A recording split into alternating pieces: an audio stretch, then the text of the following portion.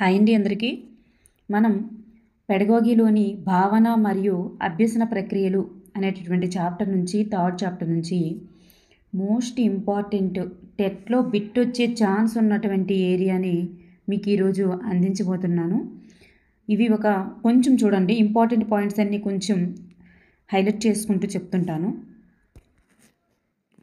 అసలు ఈ చాప్టర్ ఏం తెలియజేస్తుంది అంటే ఉపాధ్యాయుడిగా అభ్యాసకుని యొక్క స్వభావాన్ని, అభ్యసన ప్రక్రియలు, వివిధ అభ్యసన సిద్ధాంతాలు, తరగతి గది అన్వయం, అలాగే భావనలు, ఆలోచనలు, వివేచనలు, సంజ్ఞానం మొదలగు వాటిని సంబంధించినటువంటి అంశాలని అవగాహన చేసుకొని తరగతి గదిలో వాటిని వినియోగించి విద్యార్థులు నిత్య జీవితంలో సమర్థవంతంగా వాటిని వినియోగించేటట్లు చేయాల్సిందని మరి ఉపాధ్యాయులకి ఈ చాప్టర్ ద్వారా తెలియజేస్తున్నారన్నమాట.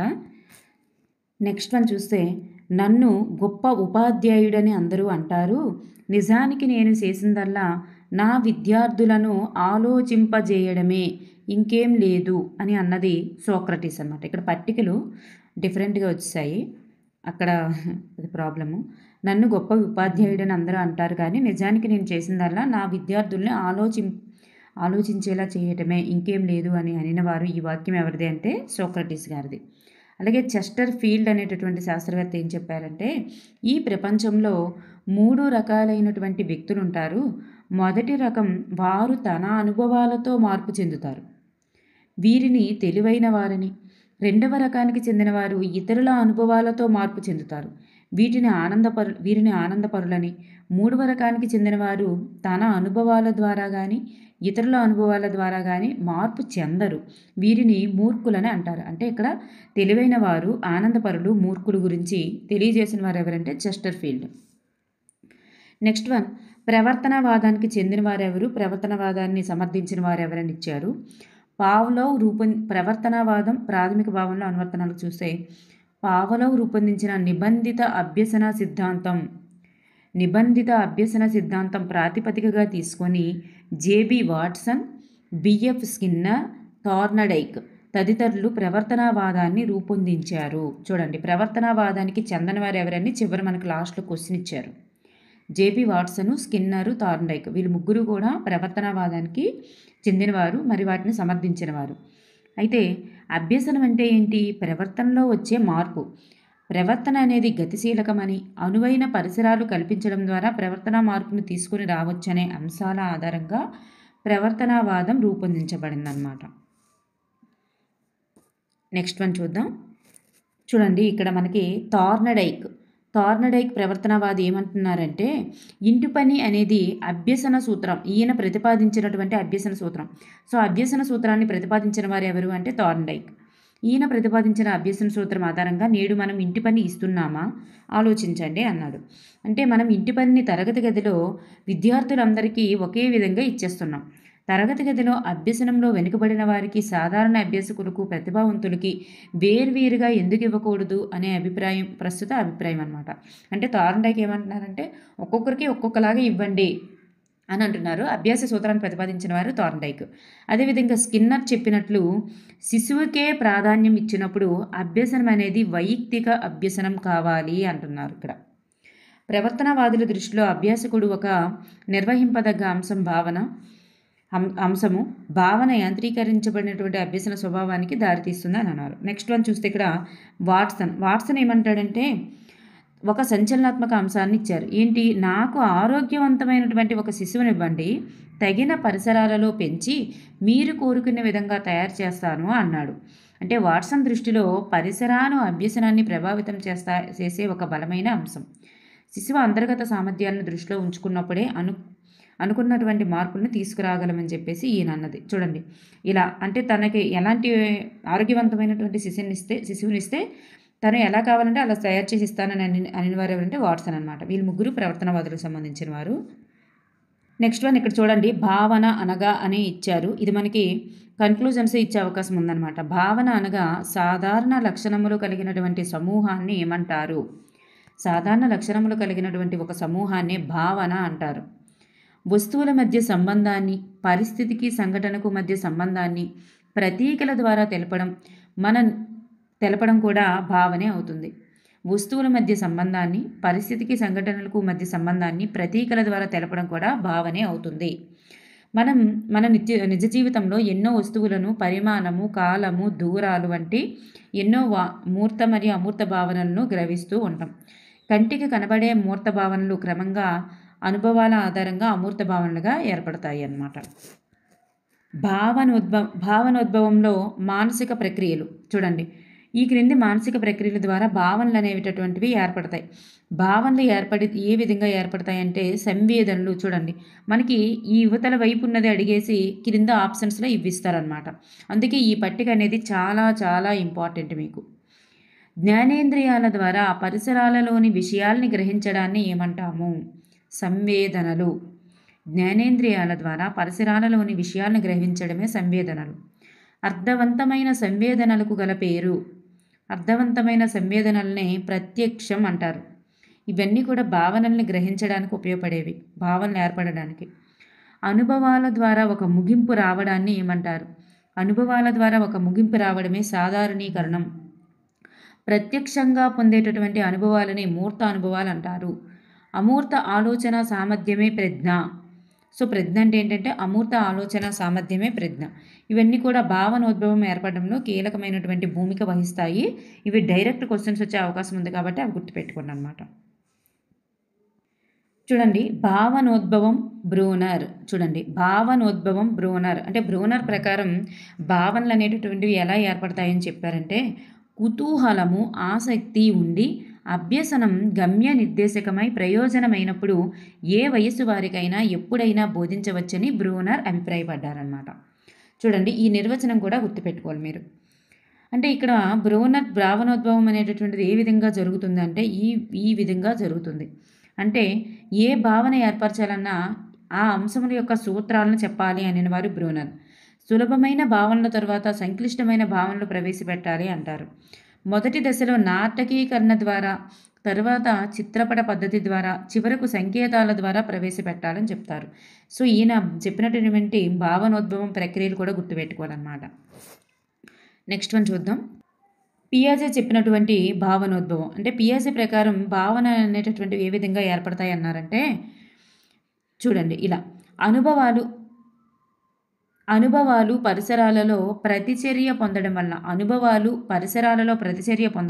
భావనలు ఏర్పడతాయంట.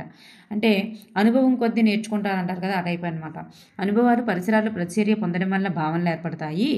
వ్యవస్థీకరణ అనుకూలతల వల్ల భావన వికాసం జరుగుతుంది అంటారు. వ్యవస్థీకరణ అంటే సంక్లిష్టంగా ఉన్నటువంటి అంశాలను సమన్వయంతో నిర్వహించడాన్ని వ్యవస్థీకరణ అంటారంట. సంక్లిష్టంగా ఉన్నటువంటి అంశాలను సమన్వయంతో నిర్వహించడాన్ని వ్యవస్థీకరణ అని. అనుకూలనీయతలో మళ్ళీ రెండు ఉంటాయి, సంశ్లేషణ, అనుగుణ్యత అనేటటువంటివి ఉంటాయన్నమాట. ఈ విధంగా వ్యవస్థీకరణ, అనుకూలత అనేటటువంటివి ఎవరికి సంబంధించినవంటే పియాజే. అలాగే అనుభవాలు పరిసరాల్లో ఏర్పడే ప్రతిచర్య పొందడం వల్ల భావనలు ఏర్పడతాయని తెలియజేసిన వారు పియాజే అన్నమాట. నెక్స్ట్ వన్ మోస్ట్ ఇంపార్టెంట్ మనకి ఆలోచన వివేచన అనేటటువంటివి ఇంపార్టెంట్. ఆలోచన అభ్యసనముల మధ్య సంబంధం ఏర్పడడం. చూడండి, ఇక్కడ చూస్తే మనకి ఆలోచన వివేచన అనే మెయిన్ పాయింట్స్లో ఆలోచన అభ్యసన మధ్య సంబంధం చూస్తే, ఆలోచన వివేచన అభ్యసనము అనేటటువంటి పదములను నిత్య జీవితంలో ముఖ్యంగా పాఠశాల తరగతుల సన్నివేశాల్లో ఎక్కువగా వింటుంటాం. అయితే సరి అయిన ఆలోచన దాని యొక్క ఆచరణ అద్భుతాలని సృష్టిస్తుంది. ఒకసారి చూద్దాం. ఆలోచన అంటే ఇక్కడ మనకి చాలా ఇంపార్టెంట్ కన్క్లూజన్స్ ఈ రెండు కూడా. ఆలోచన అనగా చూడండి, అంటే ఇవి తెలియాలి మీకు. మనకి లాస్ట్లో ఇచ్చారు అంతర్గత సమస్య పరిష్కార ప్రవృత్తిని ఏమంటారు అని. అంతర్గత సమస్య పరిష్కార ప్రవృత్తిని ఆలోచన అంటారు. ఇది మనకి డైరెక్ట్గా క్వశ్చన్ వచ్చే అవకాశం ఉంది. ఆప్షన్స్లో ఆలోచన, వివేచన, భావన ఇలాంటివి ఇస్తారు, సంజ్ఞానము అని. అంతర్గత సమస్య పరిష్కార ప్రవృత్తిని ఆలోచన అంటారు. ఒకరి మానసిక రంగంలో ఏర్పడే సంజ్ఞానాత్మక ప్రక్రియ ఒకరిలోనే ఏర్పడుతుంది. ఒకరి మానసిక రంగంలో ఏర్పడే సంజ్ఞానాత్మక ప్రక్రియనే ఆలోచన అంటారు.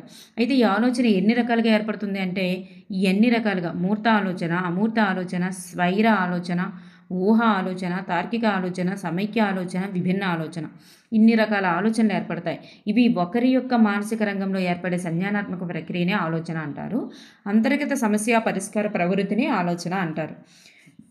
నెక్స్ట్ మనకి వివేచన అంటే ఇచ్చారు. వివేచన అంటే అంచెలంచెలుగా ఆలోచనలను ఉపయోగించి గమ్యం వైపు కొనసాగించడాన్ని వివేచన అంటారు. సమస్య పరిష్కారంలో వివేచన అనేటటువంటిది ఉపయోగపడుతుంది. సో అందువలనే మనకి చూడండి, అంచెలంచెలుగా ఆలోచనలను ఉపయోగిస్తూ గమ్యం వైపు కొనసాగించడమే వివేచన. సో ఇది ఇలా కొనసాగిస్తున్నప్పుడు సమస్య పరిష్కారంలో వివేచన అనేది ఏర్పడుతుంది. నెక్స్ట్ వన్ చూడండి, ఆలోచన అభ్యసనకి మధ్య సంబంధం ఎలా ఉంటుందంటే, అభ్యసనం అంటే అనుభవం, శిక్షణ ద్వారా వ్యక్తి యొక్క ప్రవర్తనలో వచ్చే దాదాపు శాశ్వతమైనటువంటి మార్పు. ఇది మనకి అభ్యసనం లెసన్లో వస్తుంది, తెలుసు, అందరికీ తెలిసిందే కదా.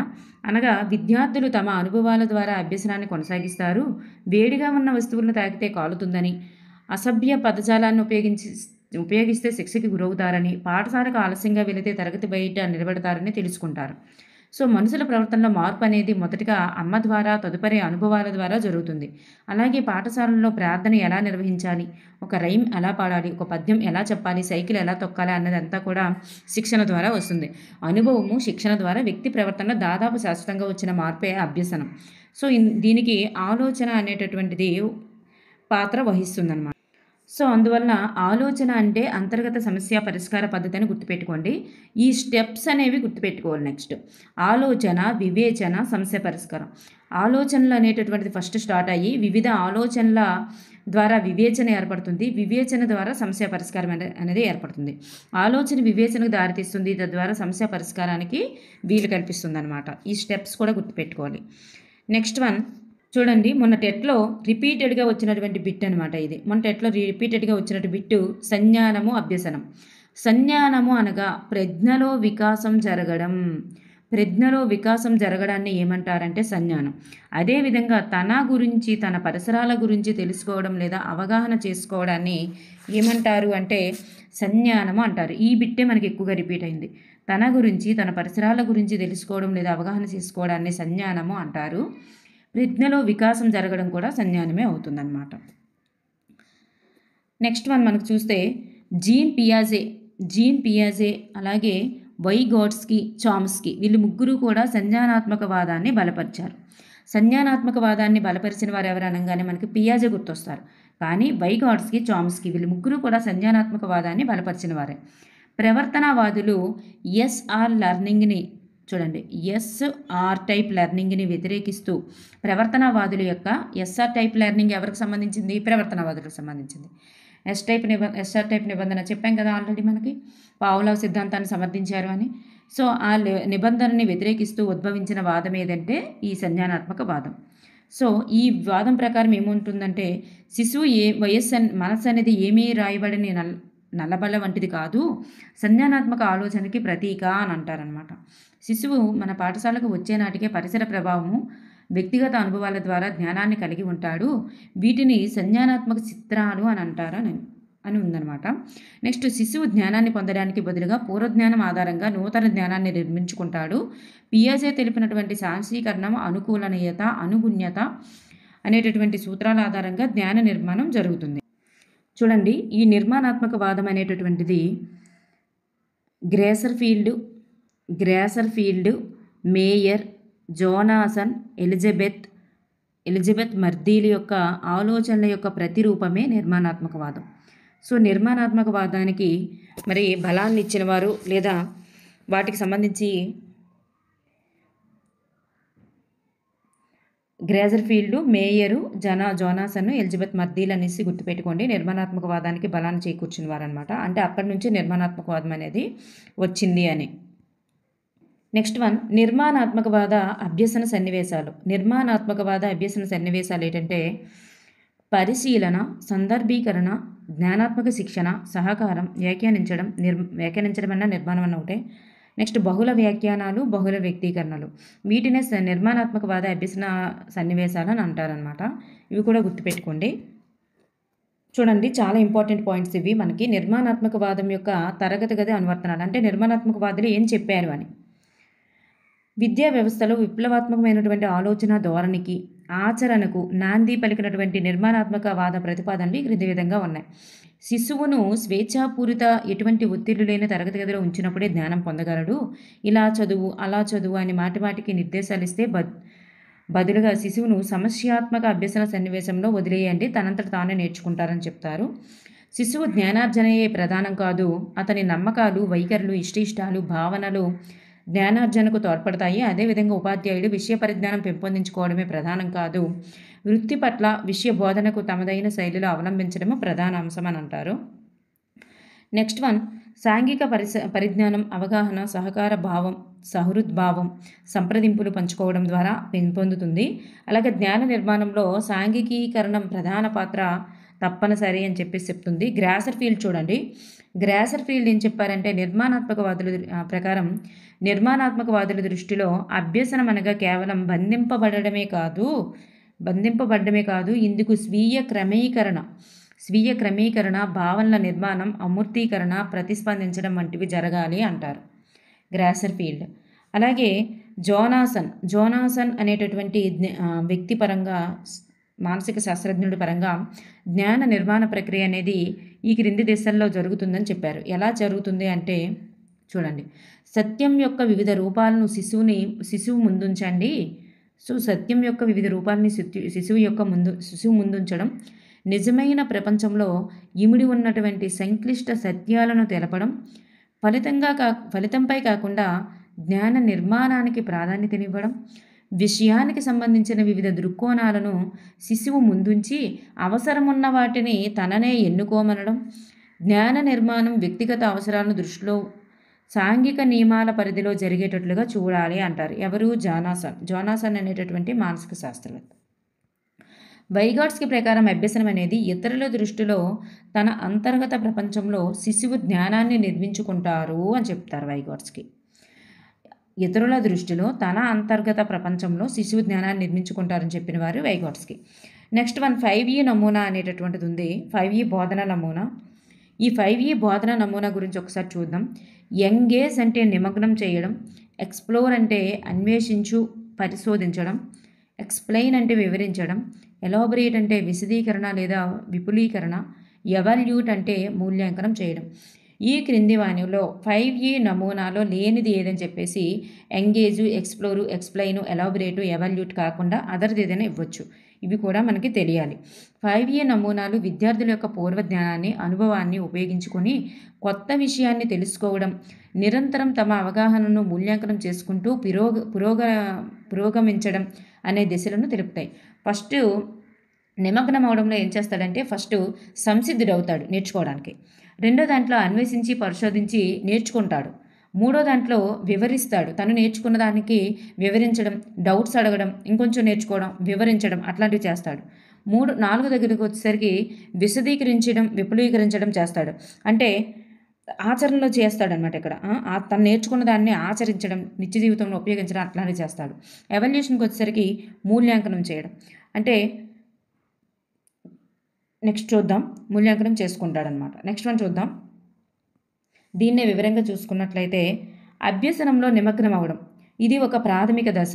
ఈ దశలో విద్యార్థి గత అభ్యసన అనుభవాలు, ప్రస్తుతం నేర్చుకునేటటువంటి విషయాలను అనుసంధానం చేసుకుంటాడు. అంటే పూర్వ జ్ఞానాన్ని ఒకసారి పరిశీలించుకుంటాడు. విద్యార్థి నేర్చుకోబోయే ముందు భావనను గురించి తెలుసుకోవడానికి మానసికంగా సంసిద్ధుడవుతాడు. తను అంటే ఏదైనా ఒక అంశాన్ని నేర్చుకునే ముందు తనకి ఏదైనా తెలిసిందుంటే గుర్తుకు తెచ్చుకొని ఇంకా నేర్చుకోవడానికి కోసం సంసిద్ధుడవుతాడు. నెక్స్ట్ అన్వేషణ చేయు లేదా కొత్తగా తెలుసుకోవడం అనే దశ. ఇక్కడ అన్వేషిస్తాడు, అంటే డౌట్లు ఏమైనా ఉంటే కొత్తగా తెలుసుకోవడానికి ట్రై చేసి కొత్త భావనల గురించి, పద్ధతుల్ని, నైపుణ్యాన్ని తమలో పెంపొందించుకోవడానికి ట్రై చేస్తాడు. ఆ దశలో వారు ఏం చేస్తారంటే పరిసరాలను, విషయాలని బాగా అన్వేషించి శోధిస్తారు. వివరించడానికి వచ్చేసరికి విద్యార్థి ఏం చేస్తాడు, ప్రశ్నలను తెలుసుకున్న విషయాలను, భావనలను వివరణ పొందుతాడనమాట. బాగా వివరంగా నేర్చుకొని తాను అవగాహన చేసుకొని మాట్లాడతాడు. నూతనంగా సంతరించుకున్నటువంటి నైపుణ్యాన్ని కూడా ప్రదర్శిస్తాడు.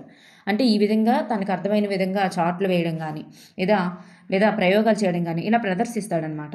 ఈ దశలో కొత్త పదజాలమును, నిర్వచనాలను, వివిధ భావనలను సంబంధించినటువంటి వివరాలను ఉపాధ్యాయులు అందించగలగాలి. నెక్స్ట్ వన్, విశదీకరణ విస్తృతపరచడానికి వచ్చేసరికి విద్యార్థుల యొక్క అవగాహనలకు విస్తృత పరిచయ దశ అనమాట. ఇది వాళ్ళ యొక్క అవగాహనలకు విస్తృతపరిచే దశ. వారి నైపుణ్యాలను, ప్రవర్తన మార్పులను ఆచరణలో చూపే దశ అనమాట. కొత్త అనుభవాల ద్వారా విద్యార్థులు విస్తృతమైన లోతైన అవగాహన పెంపొందించుకుంటారు. వారు నేర్చుకున్న విషయాలలో ఆసక్తి కలిగి ఉండి మరింత సమాచారాన్ని కూడా సేకరించగలుగుతారు.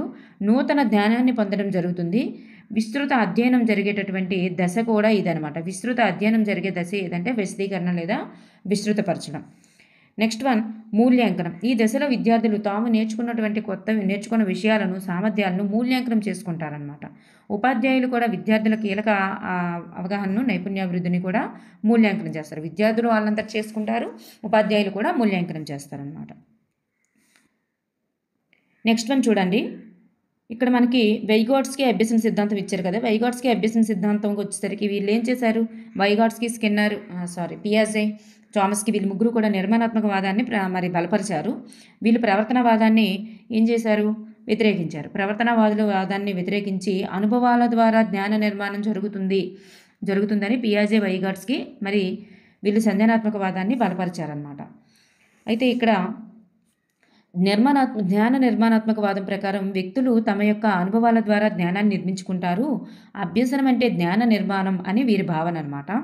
అభ్యసన ప్రక్రియలో పరిశీలించదగ్గ బాహ్య ప్రవర్తనల కంటే శిశువు మస్తిష్కంలో జరిగే ప్రక్రియకే ఎక్కువ ప్రాధాన్యతనివ్వాలి. ఫలితం కంటే ప్రక్రియకి ప్రాధాన్యతనివ్వాలంటారు. చూడండి, అభ్యసనం వల్ల కలిగే ఫలితం కంటే అభ్యసనంలో జరిగేటటువంటి విధానం, ప్రాసెస్, ప్రక్రియకే ఎక్కువ ప్రాధాన్యం ఇవ్వాలి, ప్రక్రియ ఎక్కువ ముఖ్యం అని చెప్పేటటువంటి ధోరణి ఏది అంటే నిర్మాణాత్మక వాదం. ఇదే జ్ఞాన నిర్మాణాన్ని ప్రోత్సహించే వాళ్ళు ఎవరంటే వైగాట్స్కి, పియాజే. అంటే ఆప్షన్స్లో ఇద్దరు ఇస్తే ఇద్దరిని పెట్టాలి, ఒకరిస్తే ఒకరిని పెట్టాలన్నమాట. నెక్స్ట్ వన్, పిల్లలు తమకు తెలిసినటువంటి పూర్వజ్ఞానాన్ని వినియోగించుకొని ప్రస్తుత అనుభవాలతో నూతన విషయాలను ఆవిష్కరించుకోవడాన్ని జ్ఞాన నిర్మాణం అని అంటారనమాట. నెక్స్ట్ వన్ చూద్దాం. నెక్స్ట్ వన్ పరస్పర బోధన. బోధన గురించి చెప్పిన వారు కూడా వైగాట్స్కీనే. పరస్పర బోధన అంటే ఈ పద్ధతిలో ఉపాధ్యాయుడు 2 నుండి 4 విద్యార్థులు కలిసి సంయోగ సమూహంగా ఏర్పడతారు. ఒక పుస్తకంలోని విషయాల్ని ఒకరి తర్వాత ఒకరు సంభాషణ ద్వారాగా వెల్లడిస్తారు. దీనిలో ప్రశ్నించడం, సంక్షిప్తీకరించడం, సృష్టించడం, ప్రాగుక్తీకరించడం అనే 4 సంజ్ఞానాత్మక వ్యూహాలను నమూనా సభ్యులు ఉపయోగిస్తారన్నమాట. అంటే ఇక్కడ ఒకరి నుంచి ఒకరు నేర్చుకుంటారనమాట. పరస్పర బోధన అంటే ఇక్కడ గ్రూపులుగా చేయడం వల్ల ఒకరి నుంచి ఒకరు నేర్చుకుంటారు అని తెలియజేస్తున్నారనమాట ఇక్కడ. నెక్స్ట్ వన్ సామీప్య వికాస మండలం. ఇది సామీప్య వికాస మండలంలో తరగతి గదిలో కొందరు విద్యార్థులను నూతనంగా వచ్చినటువంటి వీడియో గేమ్స్లను పజిల్స్ని పరిష్కరించమని చెప్పడం, తర్వాత కొంత సమయం అయిన తర్వాత ఇక్కడ చూడండి, జోన్ ఆఫ్ ప్రాక్సిమల్ డెవలప్మెంట్ అనేది ఫుల్ మీనింగ్. అయితే కొంత సమయం అయిన తర్వాత విద్యార్థి కంటే అటువంటి పజిల్స్ సాధించడంలో అధిక జ్ఞాన నైపుణ్యములు కలిగిన వ్యక్తి చేత ఆ విద్యార్థులకు పజిల్స్ సులభంగా ఎలా పరిష్కరించాలో నేర్పించిన తర్వాత ఆ విద్యార్థులు పజిల్స్ను పరిష్కరించడంలోని తేడాలను పరిశీలించమని చెప్పారు. చూడండి, ఫస్ట్ వాళ్ళంతటి వాళ్ళగా విద్యార్థులకు చేయిస్తారు, తర్వాత బాగా వచ్చినటువంటి వాళ్ళతో శిక్షణ ఇప్పించి చేపిస్తారు. అప్పుడు వాళ్ళకి కొంచెం తేడా కనిపిస్తుంది. ఫస్ట్ వాళ్ళు చేసే దాంట్లోని వాళ్ళ శిక్షణ తీసుకున్న తర్వాత చేసే దాంట్లో డిఫరెన్స్ ఉంటుంది. సో దీన్నే జెడ్పీడీ అంటారనమాట. జెడ్పీడీ అంటే తేడా ఉంటుంది కదా, తేడాన్ని జెడ్పీడీ అంటారు. జెడ్పీడీ అనగా ఒక విషయంను స్వతహాగా నేర్చుకోవడానికి, ఆ విషయంపై అధిక జ్ఞానము నైపుణ్యం కలిగిన వ్యక్తి ఇచ్చే సలహాలు, సూచనల తర్వాత నేర్చుకోవడానికి మధ్య ఉండేటటువంటి భేదాన్నే జోన్ ఆఫ్ ప్రాక్సిమల్ డెవలప్మెంట్ అంటారు, జెడ్పీడీ అంటారు. ఈ జెడ్పీడీలో ఉన్నటువంటి ప్రధాన అంశాలు ఏంటంటే సమస్య సాధనాలు, సహాయ సహకారాలు అందించడం, అలాగే వేగంగా సులభంగా. జెడ్పీడీ అంటే సహాయ సహకారాలు అందించడం, ఇది మనకి లాస్ట్లో ఉంది. వేగంగా సులభంగా అర్థం చేసుకోవడం, అలాగే అభ్యసనం శాశ్వతం కావడానికి ప్రయత్నించడం. ఈ 3 కూడా జెడ్పీడీలో ఉన్నటువంటి ముఖ్య అంశాలన్నమాట. సో ఇక్కడ మనకి ఉపాధ్యాయుడు సౌకర్యకర్తగా ఉండాలి. అవసరమైన సందర్భంలో జెడ్పీడీని వినియోగించాలి. విద్యార్థి అవసరమైనటువంటి సహాయ సహకారాలు అందించి తాను స్వయంగా అభ్యసించడానికి అవకాశం ఇవ్వాలి.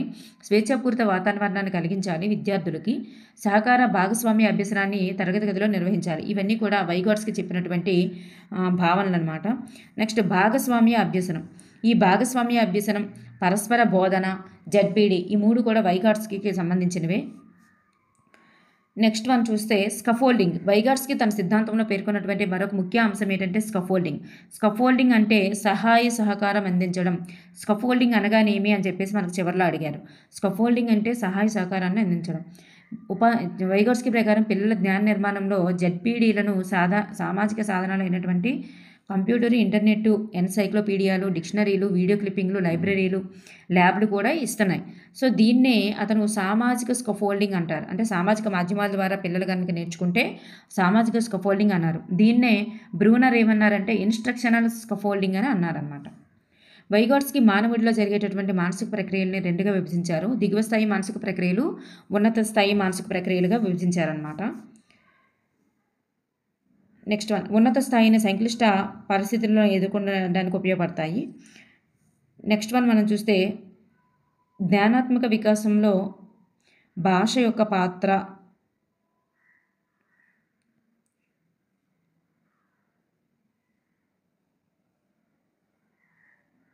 నెక్స్ట్ వన్ మనకి చివరిలో ఇచ్చినటువంటి బిట్స్ ఒకసారి చూద్దాం. జెడ్పీడి అను భావనకు సంబంధించిన వారు ఎవరు అంటే మనకు తెలుసు కదా, ZPD zone of proximal development.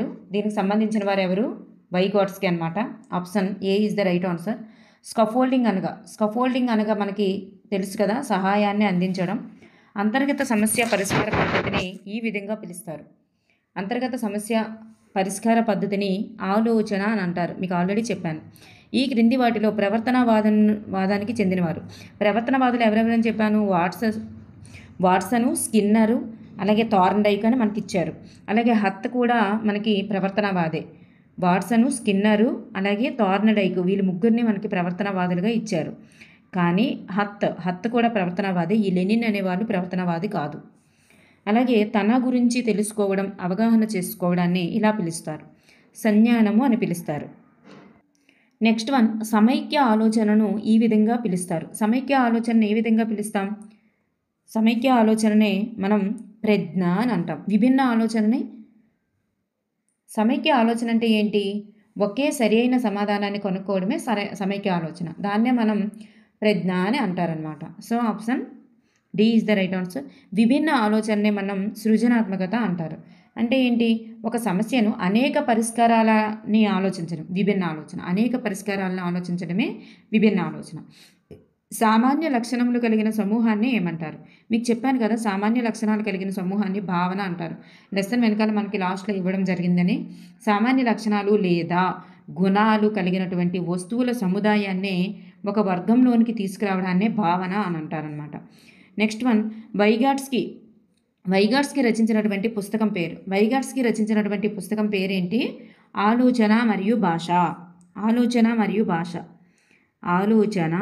మరియు భాష. దాన్ని మనం థాట్ అండ్ లాంగ్వేజ్గా చెప్తామన్నమాట. వైగాట్స్కి రచించిన పుస్తకం ఆలోచన మరియు భాష, థాట్ అండ్ లాంగ్వేజ్. ప్రవర్తనవాద పితామహుడు ఎవరు? ప్రవర్తనవాద పితామహుడు జేబీ వాట్సన్. ప్రవర్తనవాద పితామహుడు ఎవరండి? JB Watson. అలాగే జెడ్పీడీని విస్తరించక జోన్ ఆఫ్ ప్రాక్సిమల్ డెవలప్మెంట్. అలాగే పియాజే రూపొందించినటువంటి సిద్ధాంతం సంజ్ఞానాత్మక వికాస సిద్ధాంతాన్ని రూపొందించారు. అలాగే నిర్మాణాత్మక వాదం ప్రకారం జ్ఞాన నిర్మాత ఎవరు? నిర్మాణాత్మక వాద ప్రకారం జ్ఞాన నిర్మాత విద్యార్థే తనంతట తానుగా జ్ఞానాన్ని నిర్మించుకుంటాడు అని చెప్తారనమాట. ఓకేనండి. Thank you everyone.